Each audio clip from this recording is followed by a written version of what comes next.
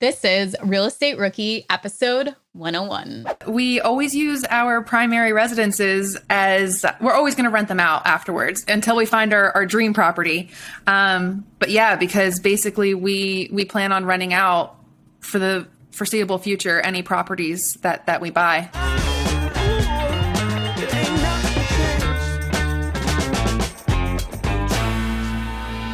I'm Ashley, and I'm here with my co-host Tony, and it is episode 101 Dalmatians. So crazy. We're 101 episodes in. I think when I first came on, we were episode 37. So we've just been like boom, boom, boom, knocking them out. Yeah. So this week we are doing a special series on campground and RV parks. I'm super excited for this because this is what I want my next investment to be, is a campground. So as you all know, this show is for my benefit. So we're bringing on, we have Kirsten that is coming on today, and she is a rookie campground investor. She is experienced buy and hold investor, has flipped houses, but this is her first time going into a campground. So she's going to talk about what she's been learning, how she's going to do an acquisition, and even the due diligence period. And then our next episode, we are bringing on Heather Blankenship, and Heather is an experienced investor in the RV campground world. So we're going to get a chance to talk to both of them and hear, from a rookie and then also from an experienced investor on what it's going to be like to purchase and run a campground. Yeah. And Kier dropped a lot of just really good gems in this episode. So obviously, like Ashley said, she's still in the early phases of her RV park investing, but she talked really, really intelligently about using OPM, other people's money. About the fear of getting started in the world of RV park investing and how she pushed past that, what she looks for in the due diligence period, how she plans to finance this, how she plans to manage it. She's got really, really big plans about managing her first RV park, which shows just complete and absolute dedication to kind of getting this thing done. So lots of good gems throughout this entire episode. Yeah. And even if you have no interest in investing in an RV or campground park, a lot of these things she says are really valuable. Just even buying any kind of property, things to look at. And then definitely when we go into the financing of, getting a private money lender, she gives great points on that too, and how to actually find one. Well, let's get into today's show. Kirsten, welcome to the Real Estate Rookie podcast. Super excited to have you with us today. Oh my gosh, I am so excited to be here. Thanks for having me. Absolutely. So you've got a really interesting story. And I won't spill the beans too much, but we're going to be talking a little bit about RV parks today, which is Ashley's new favorite thing to talk about. I might have some interest in it as well. But before we get into all of that, I guess just give us a little bit about your backstory. Who are you? How'd you get started in the world of real estate investing? Well, my name is Kier. I am a real estate investor, and I'm actually an agent as well.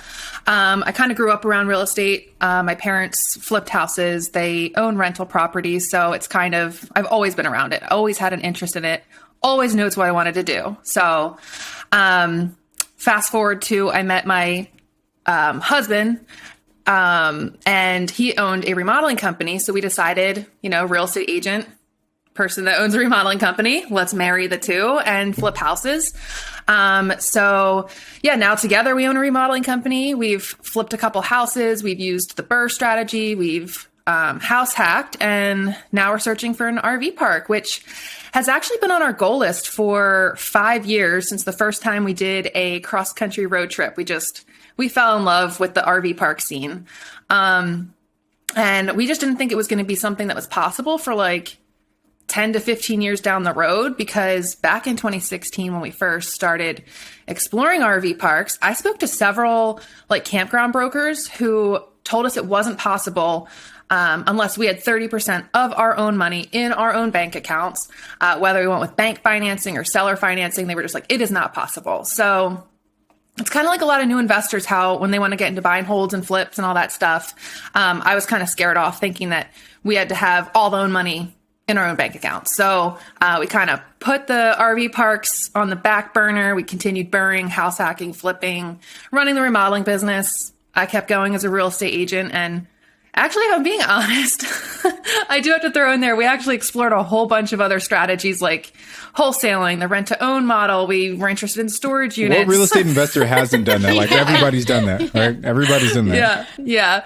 So, basically fast forward 5 years later, I've just learned that it seems like investors don't use their own money. They're all using other people's money. And so I started educating myself on RV parks, talking to people about it, and it kind of just snowballed into us finding a private investor who has a good chunk of a down payment to help us with an RV park. And so now we're seriously searching for RV parks again. Right there for the rookies listening, you brought up a great point as to just because one person tells you you can't do something or this is the only way to do it, there's so many, that's what's great about real estate is there's so many different ways to buy real estate or to get creative with the financing or different ways to find money. So listen to what she just said there because I think that's gold right there. I was going to say, before we keep going, Kier, because you mentioned that you're specifically looking at RV parks, but for like a newbie, what is the difference between an RV park, a campground, a mobile home park? Like, are all of these interchangeable terms or like, what are the differences there? I mean, so when I started researching, I thought they were kind of all the same too, but there is like a pretty big difference. It seems that RV parks are kind of like a step up from like campgrounds are more like a primitive type thing, where there may not be water, sewer, usually there's electric, but water, sewer hookups. RV parks are kind of, they have a little bit more going for them as far as amenities and things like that. And usually, the RV parks and campgrounds are either seasonal or they have like transient people coming through who are just traveling. They stay there for a weekend, a week or something like that. Mobile home parks, I haven't researched them, but to me, they're year-round living. People live there permanently. So I kind of think in my mind, that's the main difference. And so what is your criteria? So you're an somewhat experienced investor. I mean, you've done buy and holds, you've done flips, and now you're moving on to RV parks.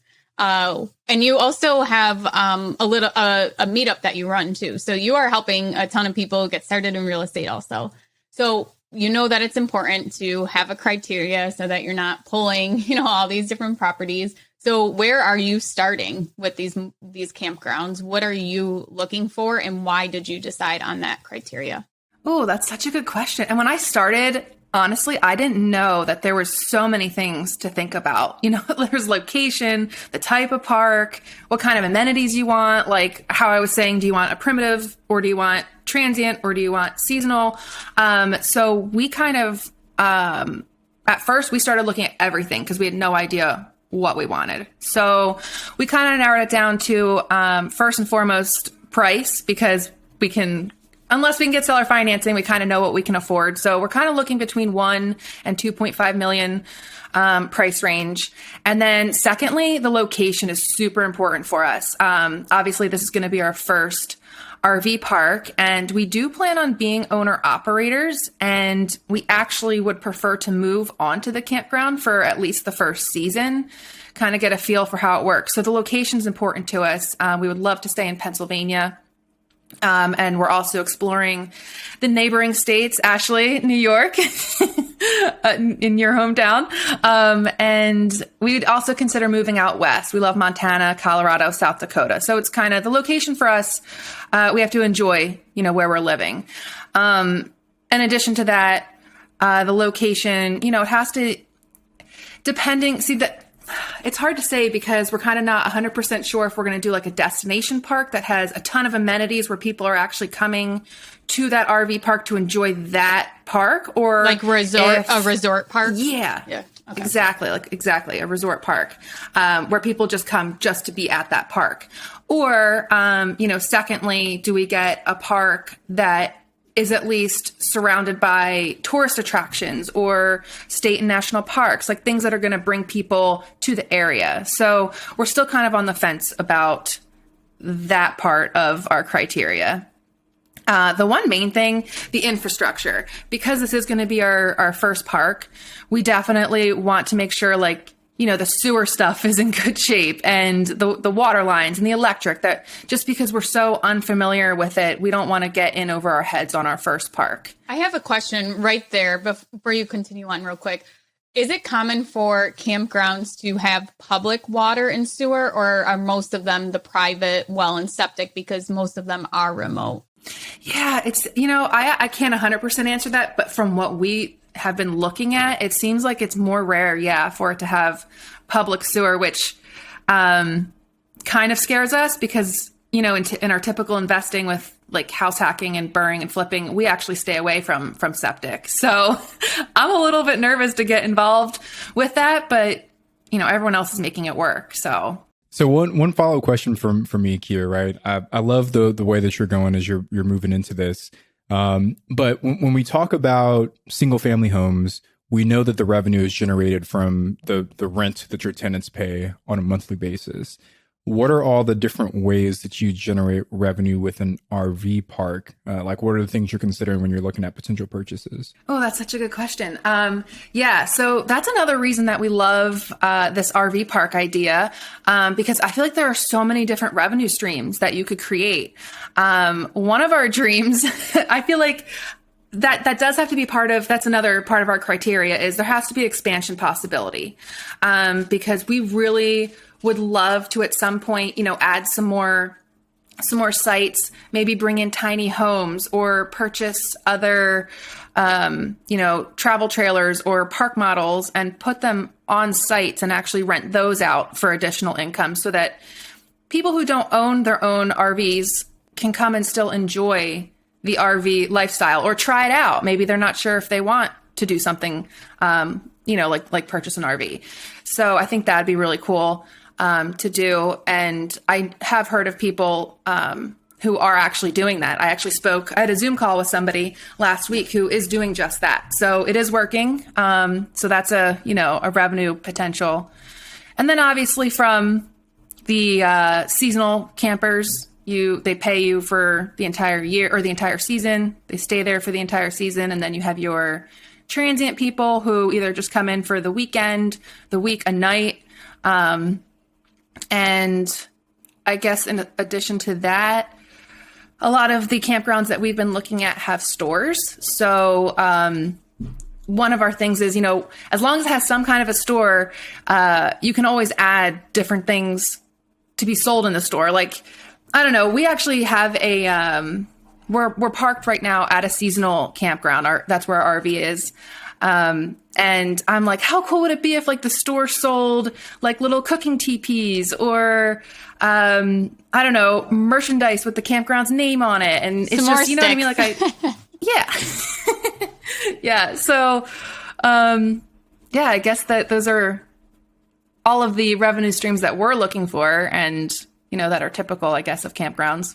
One thing I just want to get some clarification on here. You said that there are seasonal like attendees. When you said that initially, I thought you just meant like, there's a season when travel is really heavy. But what you're saying is that people will actually come and park their RV there for 3 months at a time? Yeah. So the way it usually works is you can purchase. So a lot of the campgrounds that we've been looking at, they're open from, I don't know, ours was like the middle of April till the end of October. And so we paid $3,800 to keep our RV there for that entire time. And so we're considered a seasonal renter. So you're not necessarily staying at the RV. It's more so RV storage at that point? Yeah. And then you can go up, we go up a lot of weekends, and it's just nice because your camper's already set up. You don't have to, carry it around with you everywhere and tear it up or set it up, tear it down every weekend. It's just, it's nice. I like the seasonal aspect. The campground that I had looked into buying that I put an offer in on, they had 160 sites and about 120 of them were seasonal. And so the people would come in this, because in Buffalo there's snow. So you set up in the spring and then you leave in the fall, but they would set them up. And I mean, people had sheds, they had fences, they had like outdoor dining areas, they had decks built. And I mean, if people really made these into really nice areas to spend time because they were going to be there the whole summer, or at least coming to visit on weekends or whatever, but they weren't picking up and moving their trailer from campground to campground. And I remember the owner saying that a lot of the people that were seasonal lived within 30 minutes of the campground, and they would come, you know, on weekends or sometimes on weeknights and stay there and then, you know, commute to work from there. So it was very interesting that it wasn't just people coming from far away to spend the night. I know. And we've talked to a lot of our, you know, seasonal campground neighbors. There are people who have been at our campground for 22 years. They have built-in ponds and, like you said, sheds and fences and gardens. And it's just, it's actually kind of nice because they're improving the value of these parks because they're taking such good care of their sites. And you don't have to check them in, like people in and out as much too. So if you're all seasonal, you check people in one time in the spring and then check them out in the fall or whenever the season ends. But exactly. Can we talk a little bit more about the seasonality? So what happens in the off season? Are you then just like storage for other people's RVs, or does like the revenue just stop when you get into that off season? So for our, you know, the ones that we've been looking into, they actually do. Yeah. They allow you to keep it there for the entire year. So yeah, the season may be from April to October, but you then can keep your camper there and store it year round. So you don't ever have to move it. I mean, you know, Ashley, I'm sure you've seen, there are seasonal campers who literally build decks and like porches onto their camper that I'm like, how are they ever going to leave? They're going to have to tear all of that down. And I think that's part of the value of it is that you're getting people that are staying long term. So you have less turnover. But then it's probably more of the day rate. So when you do have the day rate where people are coming in and out, you know, maybe spending 3 days there, spending the weekend or spending a week, that you're probably charging a higher daily rate than someone who's there for the season. So there is that trade-off. And that's something when you're analyzing these campgrounds, you have to look at what is, you know, what's going to be your overhead if you are paying employees to check people in and out and make sure that daily price is set to cover all of these things and make money. And then the seasonal, make sure that, you know, that's set too, so that you're not, you know, even though you might not need as many employees because they're there for the whole season. So I think that's really interesting how you have the option to go those two different rates, whether it's the daily or the seasonal. The campground I looked at, they actually had both. So they had, you know, a bunch of the seasonal and then they had the daily rates too. Is that something you're looking into where it could be a mix of both? Yeah, for sure. I would prefer more seasonal, but I would still love to have, you know, a lot of amenities that would attract people to stay at the park for the weekend or for a week or two or something like that, or even a month. I definitely am. Not that I'm against all transient, but I just feel like it's a lot of wear and tear too on your campground when you have people in and out all the time, driving on the roads. And then I don't know how to put this, but it's almost like the seasonal campers, it's almost like their second home. So they're taking care of everything a lot better. When you have the transient people, they don't care about putting hair down your drains and you know what I mean? Like flushing things that shouldn't be flushed. And so it's kind of like, yeah, we're definitely leaning more towards seasonal, but I would love to have like, you know, some sites available for the transient and for the travelers because we do enjoy traveling and I would love to be able to provide that for people. So one more question for me on like the acquisition side of things. You talked about location being important to you in the RV parks that you're looking at, but how are you actually like doing your due diligence, your analysis on these? Like what information do you need from the seller to accurately analyze the property? And then what steps are you taking to determine whether or not something is a good purchase for you? So to be honest, we have only gotten to analyze 2 campgrounds. They hold that information like so close to their hearts until they realize how serious you are. So the 2 that I've gotten, they've given me packets that say, you know, how much the utilities are, like their phone expenses, the employees' expenses, their insurance costs. And so like I love when it's nicely laid out. I don't know exactly what I'm going to do when it comes to, a mom and pop seller who doesn't have that all prepared for me already. But, I also look into kind of what Ashley and I were just saying, how many seasonal people are there? What's the price that they're paying for seasonal versus how many transients they have? What's their daily rate? What's the occupancy for the seasonal versus the transient? There is a lot I feel like there's a lot more that goes into analyzing RV parks and campgrounds than it is like a single family or even a small multifamily property. Heather, who we're having on the episode after you, I had reached out to her originally because I wanted to know, is there like a calculator that you use? On Bigger Pockets, you have the calculator reports for long-term rentals, wholesaling, flips. And I asked her if there was one, and she's like, no, this is a totally different animal. There is no set, way to analyze a calculator to use to analyze each campground because it's so different. There's so many different revenue streams coming in, so many different things to look at.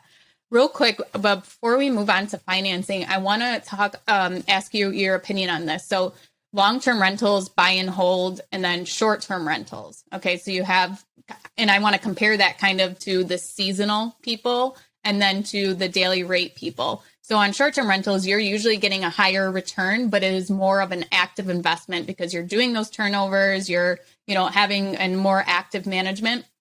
Would you say that's a fair comparison? Then if you're going at seasonal, it's more of like the long-term rental. And then if you're going at the daily rate, it's more of a short-term rental. I have never thought about it like that. I love that. Yes. Like that makes perfect sense in my mind. I think that is a perfect analogy for people that are, looking to compare the two. Okay. Yeah. And it's like the passive and active, that you're going to be a little more passive with the seasonal, the long-term, and you're going to be more active. I mean, look at me. I'm traveling all over and Tony's actively managing a short-term rental. I'm just kidding, Tony. But I think that brings up a good point too, right? Like, deciding between, because people do this in the short-term rental space too, right? Where they offer like longer month-long or 2-month-long stays, right? And for them, they do it because they like the you get more revenue than you would with a traditional long-term rental, but it's still less work than if you're turning that property every 3 to 5 days. We don't allow people to stay at our property for an entire month because for us, typically they want a discount when they do that, and for us, we would rather do the work that's required to turn that property because we know that we're going to make even more by that person only staying for 3 or 5 days. So, like you said, actually, it kind of depends on your personality, depends on how much work you want to put into it. But I think the beautiful part of it is that you have the option, right? Like you have the choice as the investor to make the decision that's right for you. So if you like the idea of short-term rentals or RV parks, but you don't like the idea of having to check people in and check people out, then just offer, 30-day minimum stays, right? And then you kind of get the benefits of having this more higher revenue generating asset class, but with less work than it typically would require. That's Absolutely. A great point, Tony. And that's the best thing about real estate is it's flexible and you get to pick and choose to build your business around your lifestyle. Sure. Okay. Now, here's the part of the story where I tell Ashley that I was that buyer from LA that bought her RV park in Buffalo. Oh no. Yeah. If you guys are just listening to this episode, didn't hear it before on another one, I did put an offer in an RV park and it was down to me and a buyer from LA, and now we know it was Tony. I had my suspicions all along. Okay, Kier. So let's go into the financing of it. You had mentioned before that you had this limited belief because that one person told you needed 30% of your own cash. What are you doing now, and what are some different options people can explore if they're looking to purchase? Yeah. So obviously there's the seller financing, which is what we're really going after because I haven't done it obviously myself, but I've heard from talking to other people that doing the bank financing is a little bit more difficult for RV parks. And so we're really going after the seller financing aspect. And we do have an investor who is, if we stay within that 1 to 2.5 million price range, they will be able to do the entire down payment. And then we actually have the funds to be able to, for CapEx, big items that we find, such as, if all the roads have to be paved, or we have to dump a bunch of money into the swimming pool or something like that. Here, before you go on real quick, can you explain what seller financing is, just in case someone doesn't know? Yeah, absolutely. So seller financing is where the owner of the RV park almost acts as the bank. So instead of us going to a bank to get some traditional financing, the RV park owner would offer us the financing, and we would pay directly to that RV park owner. And that's usually if they own free and clear. I'm sure, they have no mortgage and stuff, but I'm sure there's ways to do subject to with RV parks, but I feel like that's a whole nother topic. Okay. So, how did you find your private money lender? What would be your advice for somebody who wants to reach out to one? Honestly, it is word of mouth. I feel like that is the answer for so many things, networking and word of mouth. I just started talking to everybody and anybody I could about RV parks. Anytime I could insert it into a conversation, I would.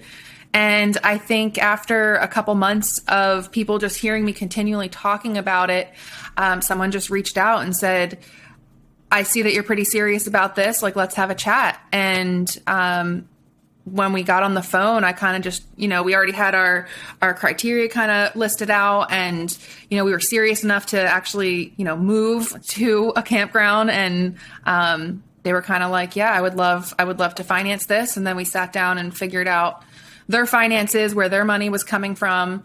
And we're just going to take it from there. How are you able to just pick up and move? Because we always use our primary residences as we're always going to rent them out afterwards until we find our dream property. But yeah, because basically we plan on renting out for the foreseeable future any properties that we buy. So it's the rental income, the passive rental income, that you can rent those out, and you guys have the option to move anywhere and to run the campground. And you don't, if you move out of state, are you going to probably not continue to do real estate anymore in your husband's remodeling business? You'll be focused on the campground? I don't think we'll ever stop. We love flipping. We love BRRRR-ing. We love the buy and holds. We will always do that for sure. The remodeling business is going to be the first thing that we drop because it is my husband does a lot of the work in the field. He's getting tired. Like, his body is just getting tired of it. He wants a change. And, so remodeling business will go by the wayside, but we love real estate. We're always going to be doing that. But for the first, season at that campground, we'll definitely be focused on running it, learning everything that we can, getting systems and processes down, just figuring, because I feel like it's like 15 businesses in one. So we'll definitely take that first year to learn, and hopefully down the road be able to, take all that and buy more RV parks and capitalize on everything that we're going to learn on that first year. Well, congratulations on that. Not many people have the option to just pick up and move to go, start their dream business. So congratulations on the success you guys have built with your flips and your rentals to be able to do this. Yeah. And then the beauty of it too is, knock on wood, stuff always will work out, but we always have that to fall back on too. We can always, I wouldn't want to kick anybody out, but we do have the option to move back to the houses that we do have, or park your trailer in the driveway where the tenants of the house and you live in the driveway. yeah, get some water sewer hookup out there. Yeah, always set. Yeah. Also, if you ever want to move to Shreveport, Louisiana, if things don't work out, I'm selling a house there that you might be interested in. So just hit me up if you have any interest. But right. I want to go back really quickly, Kier, to the private money before we keep moving. Yeah. First, Bigger Pockets has a book, Raising Private Capital by Matt and Liz Faircloth. Great book. My partners and I just closed on our first rehab project using private money. And I learned a lot about the private money process, just kind of going through that. Obviously, once you find someone, and they give you the verbal yes, you still have to go through like the correct legal kind of political, or not political, but the legal paperwork side of setting up the private money. And it's going to vary state to state, but I just want to quickly run through what it was like for us in California. But we had to obviously find the person. We had to have our attorney draft up a promissory note. And then we also had them draft up, gosh, I can't remember the name of the second document. I want to say it was a deed of trust was the second document. And the promissory note gets held by the private money lender until we pay them back. And then the deed of trust gets filed with, at least for us in California, with the county. And that shows, it states the private money lender is the actual lender, the bank, on that transaction. And that gives them the right to foreclose on the property if for whatever reason you don't make your payments as agreed upon in the promissory note. And the lender then just transfers or wires all the money into escrow or into title, whatever, state you're in. And then that's the funds that are used to make the transaction. So, I don't know, Kier, have you looked into the process? Is it similar in Pennsylvania, or what is it like for you guys? Yeah, that is almost exactly it. I've looked into it. We obviously haven't done it yet. But I did look into it so that I could sound educated when I talked to them on the phone about how their money was protected. So that sounds very similar to how it's going to work for me. Awesome. Have you put in some offers on some properties, and what did those offers look like? How did you present them? Did you sit down with the people? Did you do letter of intents, and how did you structure them? So we have not put any offers in. The one campground that we were the most serious about, we took our good old time, and I absolutely regret it now. We should have moved a little bit quicker, but we weren't ready. Well, I shouldn't say we weren't ready. We were scared, to be honest. So we kind of lost out because we were going to put a letter of intent in first, and found out the night before when we were getting it all ready that the campground went under contract. So we have not done anything yet, but I think our first step for that one was going to be a letter of intent first. Kier, what took you guys so long? Like, was it fear? Was it not knowing what steps to take? Like, what do you feel caused that delay in getting that letter of intent out? Oh gosh, I think it was a little bit of everything. It was, analysis paralysis. Like, I think too, we didn't even know where to, once we went under contract, or we didn't know what steps to take exactly. We didn't know what comes first. Do you ask for all the financials first? Do you do a letter of intent first? Do you actually just put under contract and then you get all that stuff? We had no idea how the process was even supposed to go. And I think that kind of held us back. And then, overanalyzing every little thing we tried to figure out beforehand. It was we would look up the property and who owned it, and was it in a floodplain, and what are the taxes, which are important, obviously. But we kind of just overanalyzed it before we even had a letter of intent out there. So it was just a little bit of everything. And then obviously fear, for sure. We were like, what if we do get this? What are we going to do? Are we really ready for this? Is this something that we seriously can do? So a little bit of everything was holding us back. I've definitely had that happen to me where I've, been super excited to have a property. And then when it's actually time to sit down and write that offer and submit it can be scary. Okay, this is getting real now. And you almost have that, that hesitation, okay, yeah, this will be awesome if it gets accepted. But if it doesn't, okay, well then my fear goes away too. It's a little mix of that. Especially when I did that campground deal. I mean, I actually was way more devastated than I thought I was going to be. But when I first put my offer in, I was like, okay, well, but if it doesn't work out, I won't have a ton of work to do the next 6 months. And I will have to scramble to do all these things. But I definitely still get that fear sometimes, especially since this was the most the most expensive property I ever bought was $152,000, a 6-unit. So I went from my highest unit property to be $150,000 to a $1.4 million offer I was putting in. And that scared me. But I think it's just you get around that. And now that I know that I missed out, I need to jump on it more.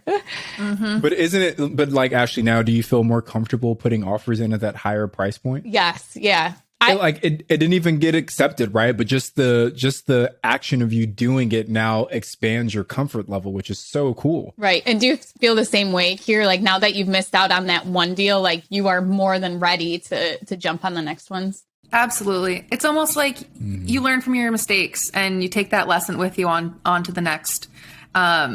Still hoping. It still says pending, so I'm still hoping maybe something falls through with that campground. I keep my eye on it, but yes, we're ready to jump on something if it's right. So just one other thought, right? Like I just like, this is a really important point for rookies to understand, that there's so much fear that we build up inside of ourselves around taking action, but once you actually do it, that fear almost immediately goes away, right? And you realize that most of it was all in your mind, and that you were making it out to be this thing that it really wasn't.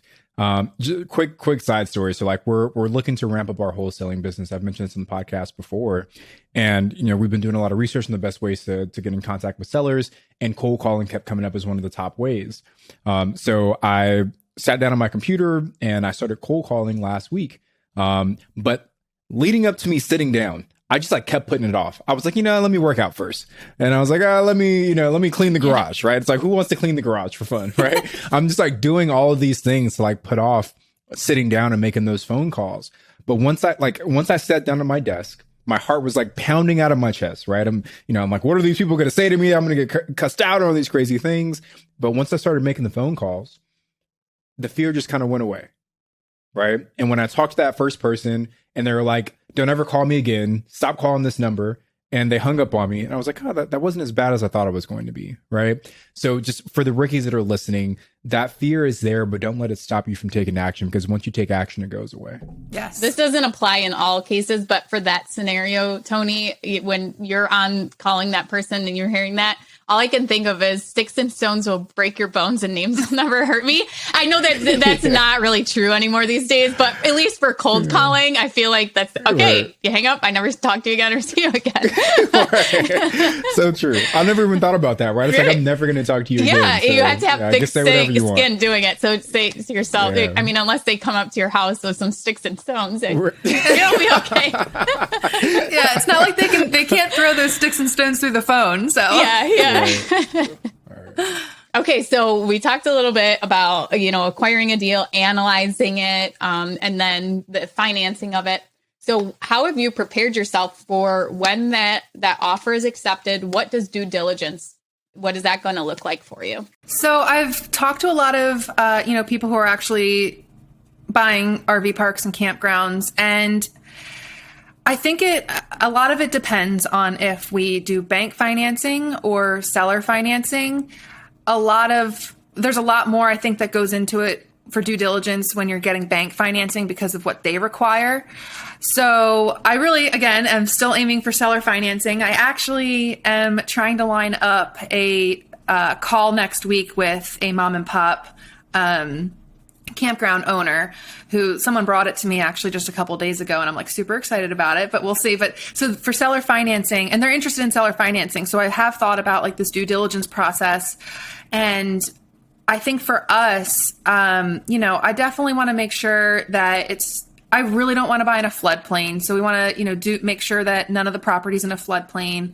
I want to make sure that the financials are correct, that, they have proof of all of that stuff, so that, I'm not just taking their word for it. I definitely, whatever kind of septic, sewer, all that has to be inspected. I need to make sure that is in good working order, or at least I have some solid quotes on what it's going to take to get it fixed. If there's a pool, get that inspected. So a lot of inspections. And obviously going out to visit the property is definitely, a big part of the due diligence as well. Maybe even spending a couple days there and just checking it all out, seeing, how the whole process works. Are you part of the ARVC organization? No. They have, it's ARVC. I don't even remember what it stands for. American RV Corporate Community. I don't know. But it's like a RV campground organization, and they have like I think it's $100 you pay to be a member for a year if you're wanting to learn to invest in one, and they have like a due diligence checklist, and they have all these different worksheets and different things that you can look at. I think it would be super cool for you to look at. I think you would really like it and enjoy it. Oh, thank you. Yeah, that's perfect. Yeah, that's exactly what I need because, we haven't done due diligence yet, but from what I've been speaking with other people, those are kind of the important things. And just there's so many different things to look at too in a campground. Just like we talked about the different revenue streams, there's so many things to make sure that you're underwriting correctly. Right, exactly.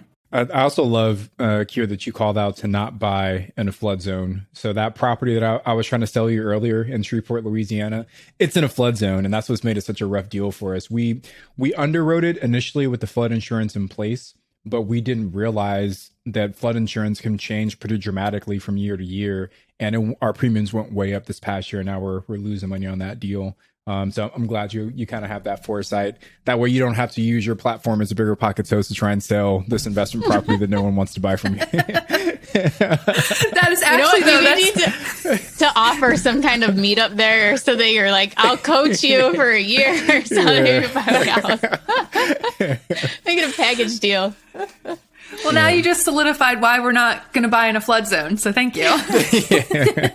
I will say on the other side of it that I have a property in a flood zone and it does fine with the flood insurance. So it's not always an awful thing. It can still make the numbers work. Just make sure you know ahead of time, what the rate is going to be on the insurance policy. And then Tony, you said yours increased, right?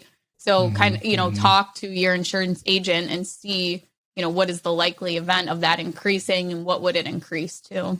Yeah. So Kier, I know you mentioned that you and your husband are kind of like a dynamic duo. But as you go into, eventually operating this park, you guys plan to live there, kind of be on site. Have you talked through how you plan to divvy up the responsibilities of actually managing the property? We have. So my husband is, the one that wants to be out there almost being the maintenance guy at first, like learning what it takes to maintain the property. I am going to act more as like the manager and, getting the business and the processes and systems in place. And we have talked about, depending on the size of the park, we definitely think that we're going to have to hire 1 or 2 employees who are going to do the check-ins and stuff like that, so that I can focus on the marketing, the advertising, and the behind the scenes, like businessy stuff. Awesome. And then I guess one more follow-up to that as well, right? You talked about like check-ins and managing that process. How do you all plan to market the RV park once you purchase it? Like, is your plan to have some kind of direct booking website where people can find it and, book directly with Kier? Or is there like an Airbnb for RV parks that you plan to market it on? Actually, both. I definitely want to use, I forget what it's, maybe Ashley, do you know what it is? I know that there's something like Airbnb, but for campgrounds. Like outdoor ski, like maybe. Where you're just do the RV. Oh, yeah, I've seen outdoor ski. I think that's it. Outdoorsy. So that's definitely what we want to do. But then I definitely, I have looked into like programs that people will be able to go to our if there is a website, we'll definitely create one. But go to our website and be able to book for themselves through, directly through our system. So kind of a combination of of the two. Tony, this will be a great question for us to ask Heather on the next episode. Yeah, totally. I can't wait to hear her answer.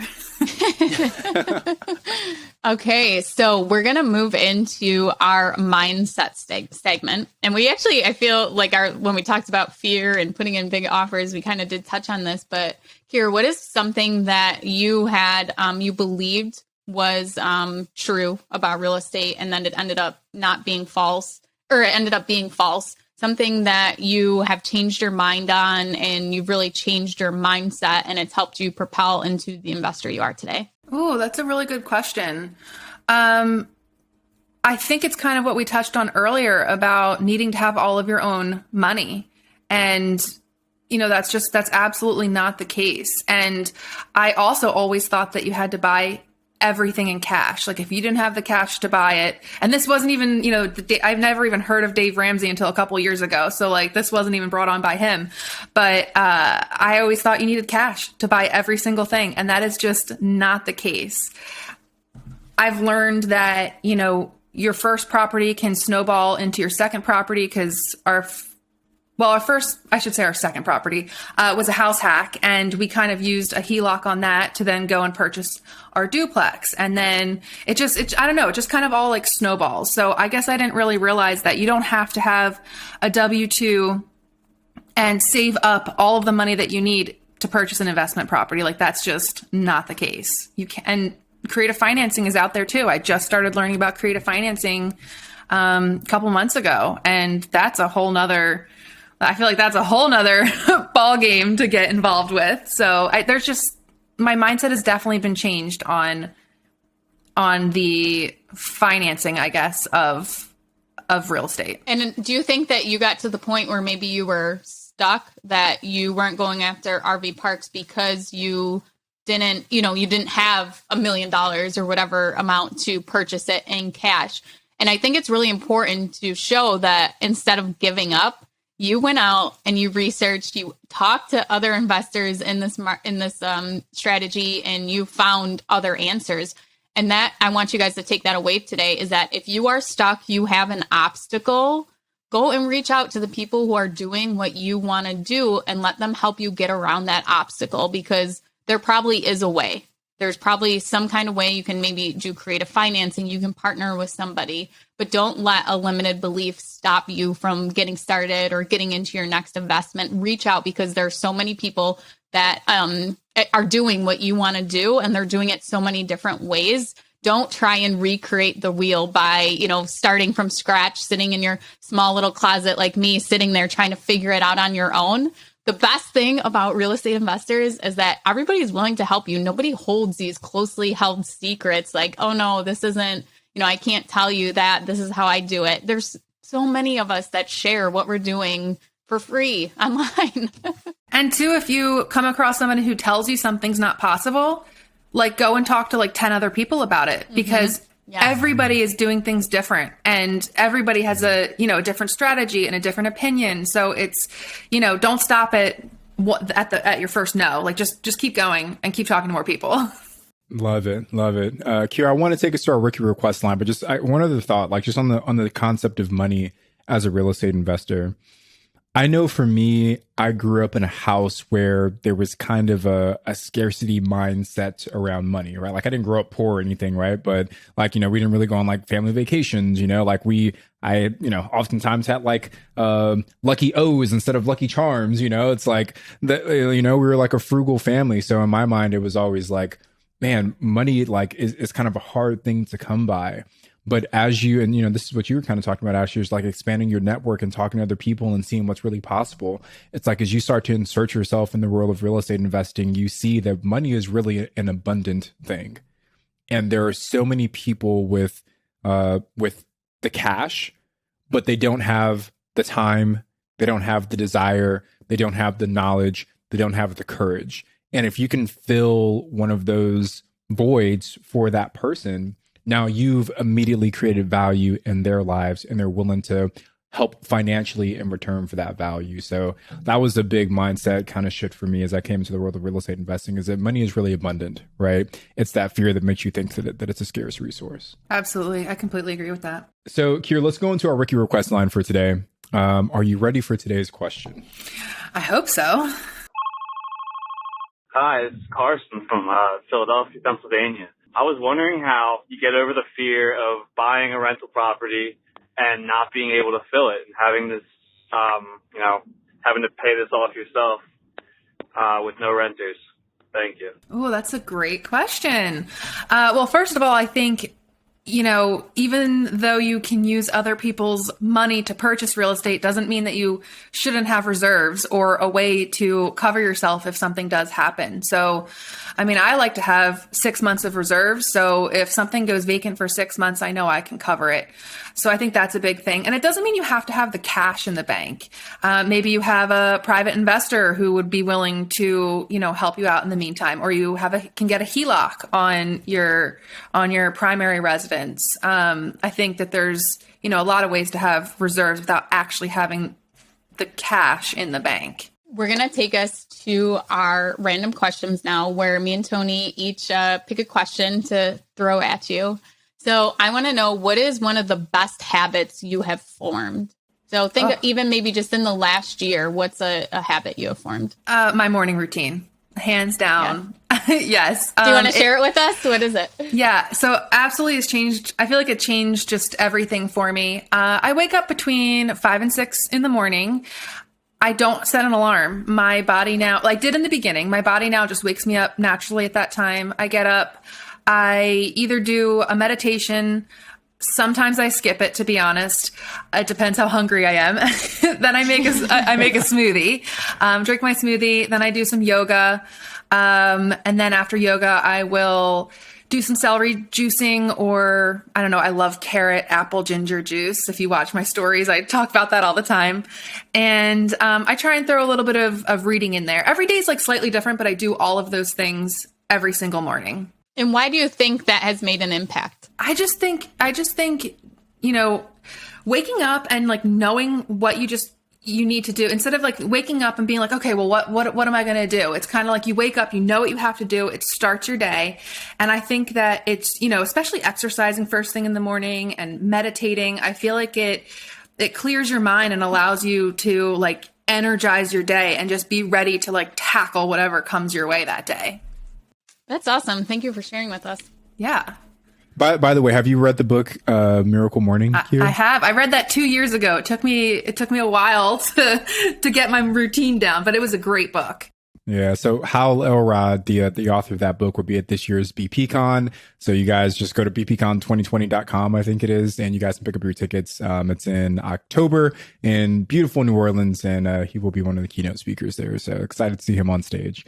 My question for you, Kier, and I can't remember if we actually touched on this specifically, but why are you looking to kind of level up into the world of RV parks? Why not just stay with what seems like a pretty successful business that you guys already have? Why level up in RV parks? I think there's a couple reasons. Number one, we are planning on living there for the first year. So I think just having a little bit of a lifestyle change at first is going to be awesome. And then in addition to that, I think it'd be cool, to diversify our portfolio a little bit and, have, we do the flips and we have the buy and holds, but then kind of add in something else. Cause like I said earlier, we kind of explored so many other things like storage units. And at one point we were looking at commercial properties and just nothing felt right. And RV parks just seem to fit with our, we have a passion for traveling, for RVing, and it just kind of fits really well with our personalities. And with diversifying our portfolio, I think it all just kind of marries together and is kind of, I guess, where we're headed. Awesome. Well, thank you for sharing. We're going to go and highlight this week's Rookie Rockstar. So if you guys want to be featured as a Rookie Rockstar, send me or Tony a DM on Instagram or post it in the Real Estate Rookie Facebook group. So this week's Rookie Rockstar is Alex W. So this is what he posted. It finally happened. I closed on my first house hack in April. I'm over the moon. That is awesome. He accelerated educating himself on multiple streams of income, and he stumbled across the Real Estate Rookie podcast. Woo! And your first real estate podcast, which, Tony, that was your podcast, right? That was my old one. Yeah. There you go, Alex. And then just Bigger Pockets in general. He used to educate himself, and he listened to over 350 plus hours of Bigger Pockets podcast. And he's finally able to reach his fine number quickly than he ever anticipated. So the asking price was $195,000. He purchased it for $177,000. And he rents unit 1 for $1,200 and unit 0 as of right now, because he is going to make it a short-term rental. So that is awesome. Congratulations to you, Alex. Well, Kier, thank you so much for joining us on today's show. Can you let everyone know where they can find out some more information about you? Yeah, I am super active on Instagram. So they can find me at realestate.kier. And from there, you can go to my link in bio and go to a whole bunch of other stuff like a blog and all that fun stuff. And then I also run the Like-Minded Investors community. So I have a monthly meetup, and we're actually starting a podcast that launches next week. So you can find me on at Like-Minded Investors as well. That's awesome. So exciting. Congratulations. Yeah. Thank you. I can't wait for me and Tony to be on it. I was just going to say, you guys are going to have to be one of our guests. Yes, we would love to. Love to. Awesome. Thank you guys for listening today. I'm Ashley at Wealth from Rentals, and he's Tony at Tony J. Robinson on Instagram. And we will be back with another episode. We hope you guys really enjoyed this RV series. We're going to have Heather on, an expert investor on campgrounds and RV parks for our next episode. We'll see you guys then.